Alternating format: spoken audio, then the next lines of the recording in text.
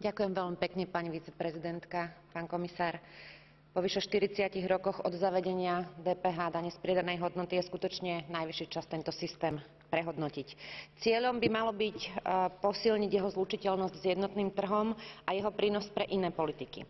Reforma systému DPH môže zohrávať rozhodujúcu úlohu pri podpore realizácie stratégie Európa 2020 a pri návrate k ekonomickému rastu prostredníctvom jeho potenciálu znova povzbudiť jednotný trh a podporiť inteligentnú konsolidáciu rozpočtov v členských štátoch. Všetky takéto zlepšenia si vyžadujú kompletný systém DPH, ktorý sa bude vedieť prispôsobovať zmenám v hospodárskom a technologickom prostredí.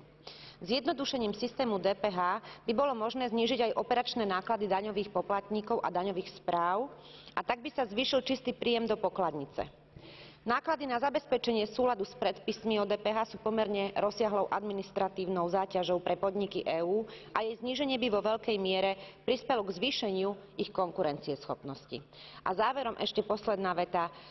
Je nevyhnutné nájsť konečne aj riešenia, aby peniaze aj prostredníctvom DPH neunikali z rozpočtov členských štátov do tzv. daňových rajov. Ďakujem veľmi pekne.